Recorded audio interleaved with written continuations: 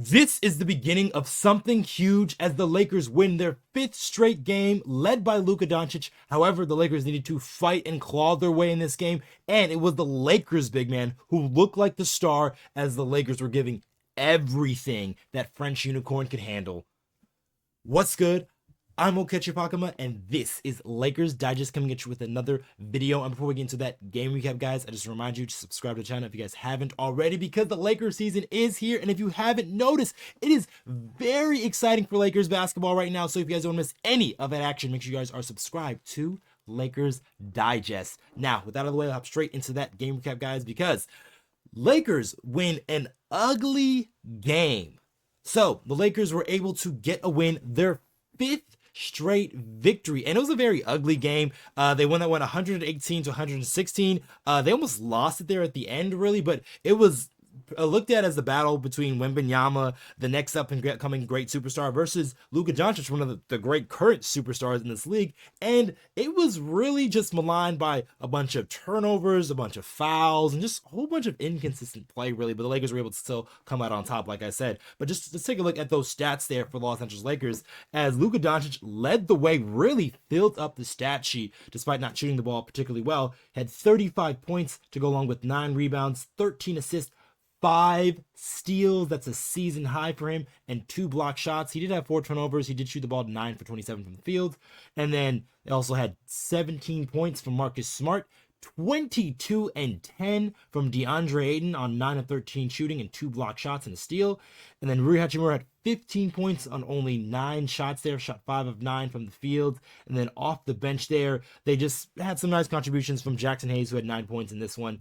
But the Lakers were able to get it done, due in large part just to their way of scrapping and clawing, because the San Antonio Spurs actually controlled most of this game, and it wasn't really the Frenchman Victor Wembanyama really doing work, because the Lakers were actually doing a very good job of defending Victor Wembanyama, because he has kind of been running amok on a whole bunch of teams this season, as they're having a very hard time finding ways to guard him. But the Lakers were doing a couple different things, kind of like putting Hachimura, putting some guys with some strength on him. They were fronting him a lot of times, not allowing Victor Wembanyama to catch the basketball. But even taking a look at the stats for the Spurs, they still had a bunch of guys finishing double figures. They had Harrison Barnes with 14, Julian Champagnie with 14, Victor Wembanyama ended up with 19 points, led the team, but he got most of them off of free throws. It's 5 of 14, 5 turnovers, so that was due in large part to the Lakers defense, and only 1 block shot for a guy who averages 5 block shots a game. So this is a down game for Wembanyama.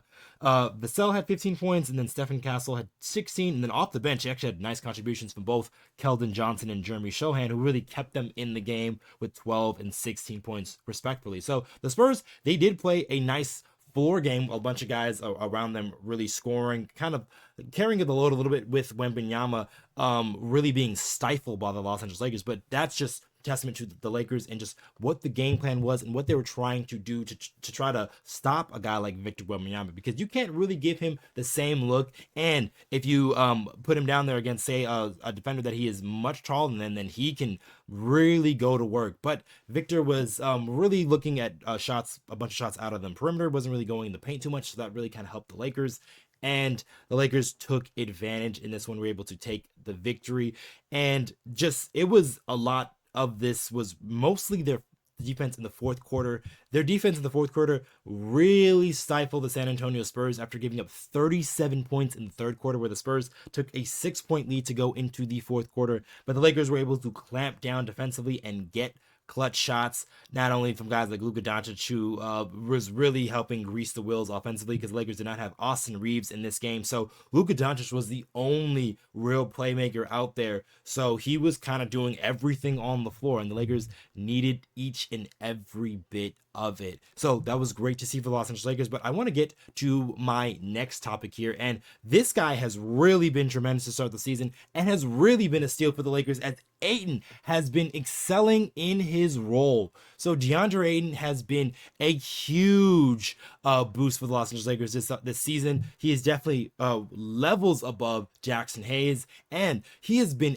excellent in the mid-range, just doing a whole bunch of different things with the Los Angeles Lakers, rebounding the basketball, being a solid rim protector on that side of the ball as well, and just being a very good communicator on that side of the ball, and just helping the Lakers in so many different ways. But Deandre Ayton, just taking a look at the stats that he had there, just 22 points, 10 rebounds, 2 blocks, and 1 steal.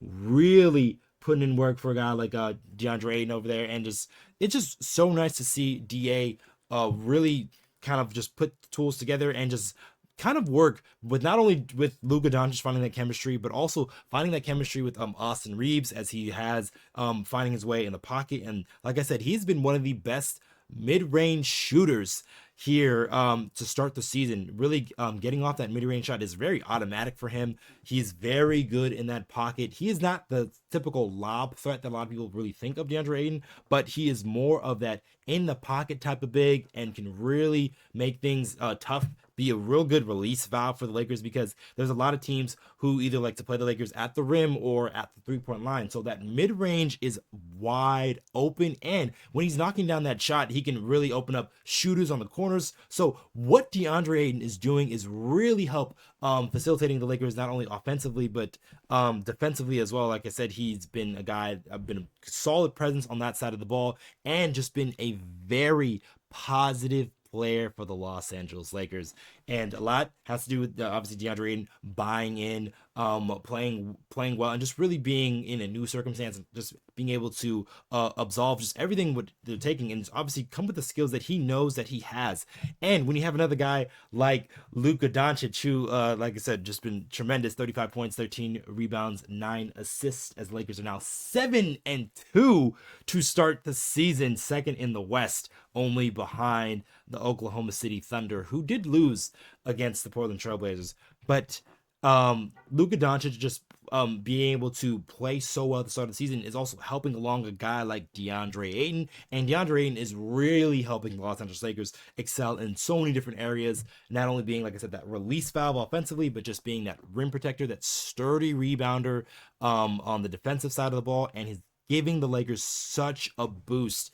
And to go along with that, we're also having some nice play from Jackson Hayes here and there. So you're getting now two of the Lakers, after they traded Anthony Davis, they really didn't have that consistent center play. You're able to get some minutes here and there from Jackson Hayes, as he was a solid regular season starter, but obviously when the playoffs hit, things change. But now with Jackson Hayes probably in a backup role, and then you have DeAndre Ayton as the starter, this center rotation looks a lot more viable, and you can throw some different looks at the team. So if you want to play a little bit faster, then you have a guy like Jackson Hayes running the lanes and being that gazelle that can catch alley-oops and lobs. And if you want to kind of be more methodical and kind of like play in that pocket, that's where you have a guy like DeAndre Ayton, not to short Jackson Hayes, because he's also play in the pocket as well, but he doesn't have that mid-range shot, though, that DeAndre Ayton has, and can shoot at such a high level that he can do. So the Lakers really getting some nice contributions from a bunch of their guys, and still not being fully healthy. So we don't even know what this team actually looks like when all the pieces are put together, but it is so exciting to see.